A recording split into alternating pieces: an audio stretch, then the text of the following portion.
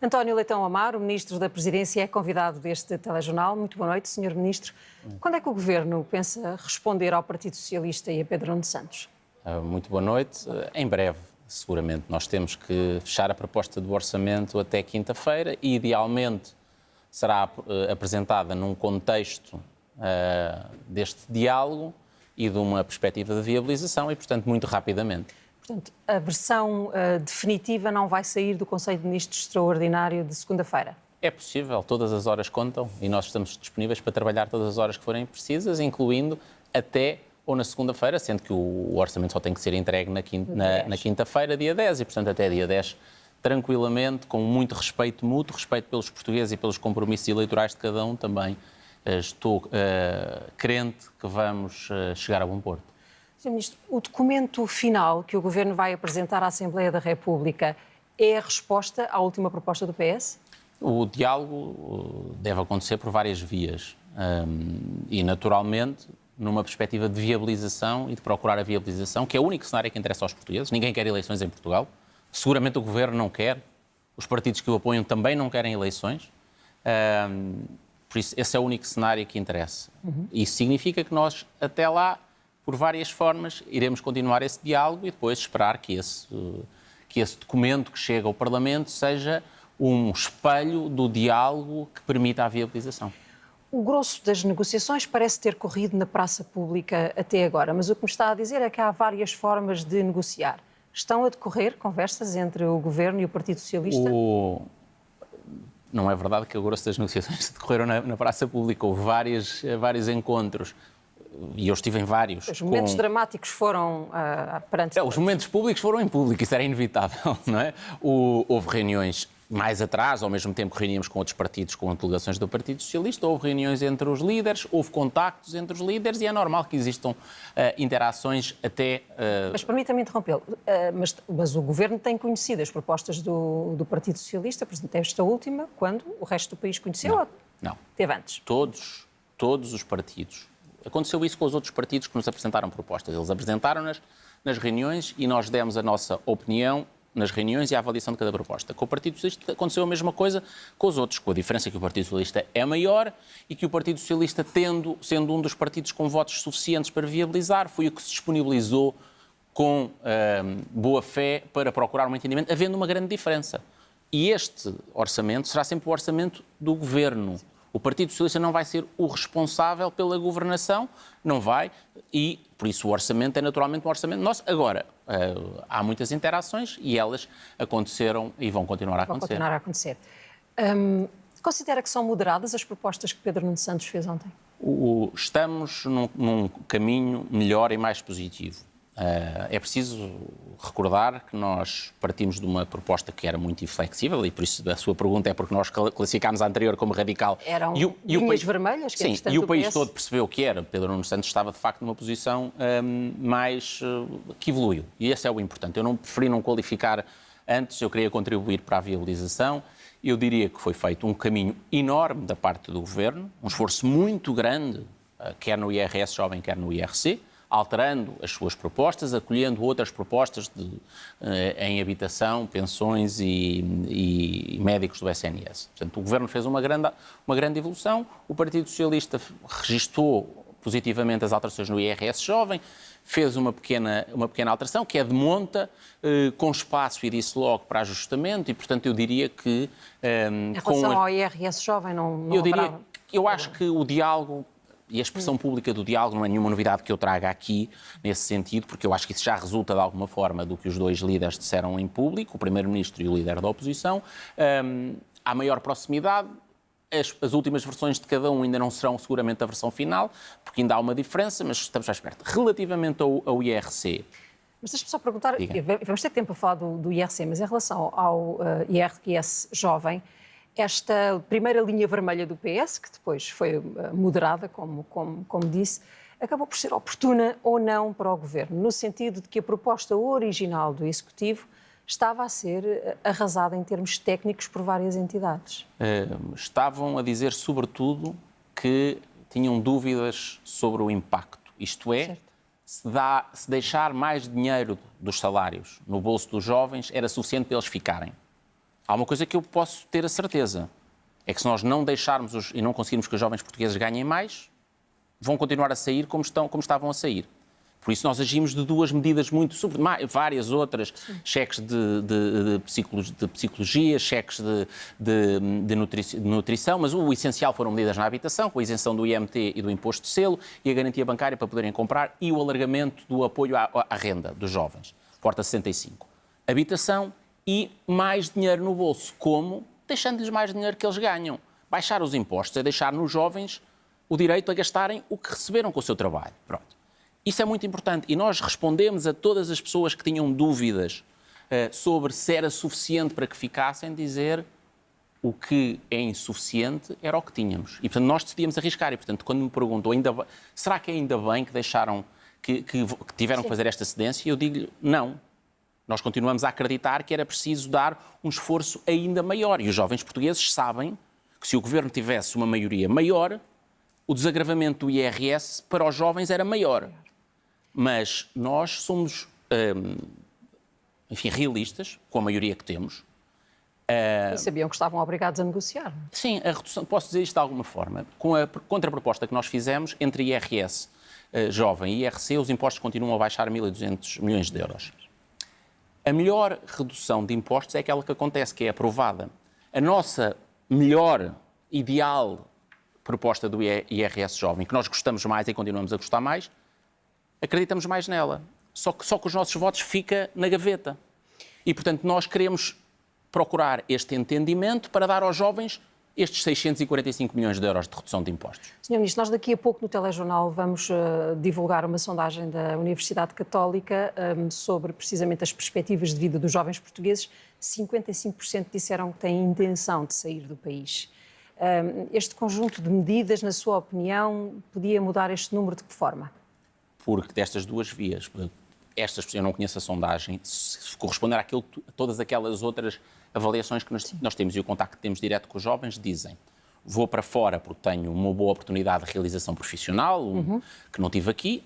Diríamos, essa é a menos preocupante. A mais preocupante é: eu vou para fora porque aqui ganho pouco, não consigo ganhar o suficiente para pagar uma casa que está cara demais. E depois não consigo ter o que viver no resto das outras comodidades. E eu tenho os meus pais e os meus avós a pagarem e fazer um esforço monumental também eles para me ajudarem. Então, como é que nós agimos sobre estas duas características? Um é o rendimento e outro é a habitação. A habitação é aquilo que dando autonomia ou capacidade de autonomia. No rendimento, a grande intervenção não é esta de curto prazo através dos impostos e do IRS jovem, é que os salários subam em Portugal. Portanto, foi muito importante o acordo de concertação social que foi feito esta semana entre o Governo, o GT e as confederações empresariais para um aumento do salário médio, também do mínimo, maior do que estava previsto antes pelos governos anteriores. Agora, é preciso aumentar os salários em geral, é preciso que o Estado vá buscar menos parte desses salários e é preciso que as casas para os jovens sejam mais acessíveis. Essas são as três grandes medidas que resolvem duas das grandes razões para sair. Nesta linha de pensamento, a proposta do Partido Socialista de fazer com que as descidas do IRC sejam em modelo de crédito fiscal para empresas, por exemplo, que aumentam ordenados, para que sobem ordenados, ou que contratam, parece fazer sentido. Temos dois tipos de considerações. Nós entendemos que o Estado não tem que decidir sobre a gestão das empresas, porque quem gera melhor uma empresa são os seus gestores e os empresários. Nós temos que lhes dizer que para eles poderem pagar mais salários têm que ficar com mais dinheiro para poderem investir mais em mais máquinas, mais equipamentos, mais computadores, mais programas informáticos, têm que ter mais dinheiro disponível e por isso o Estado deve ir lá buscar menos, a todas, de forma transversal, sem ser o Estado a dizer, olha, como fez na EFASEC, como fez na TAP, como fez em outros momentos em que fez intervenções erradas nas empresas. Esse é o ponto de fundo que distancia os dois partidos. Nós preferimos baixar os impostos para todos, de forma a que todos aqueles que tenham sucesso possam ter mais capacidade para ter o seu investimento recompensado, para investir mais ainda e para pagar melhores salários. Ponto 1. O Partido Socialista tem uma visão, como sabem, diferente e diz que devemos fazer reduções seletivas. Elas não são particularmente bem-sucedidas, designadamente essa que é muito complicada e muito burocrática da valorização salarial. Apesar disso, que é basicamente dizer, se valorizar os salários acima de X e naquelas condições, nós eventualmente, depois, no final do ano, vamos dar... o Partido Socialista apresentou-nos inicialmente 3 medidas desse tipo. Uma tinha a ver com a valorização dos salários, outra tinha a ver com a capitalização das empresas e outra com a tributação autónoma dos veículos. Apesar de não ser a nossa filosofia, porque nós estamos mesmo empenhados em, primeiro, viabilizar o orçamento e, em segundo, já agora, porque elas também contribuem para baixar os impostos sobre as empresas. Sim. Nós dizemos, também aceitamos as vossas e fizemos isto.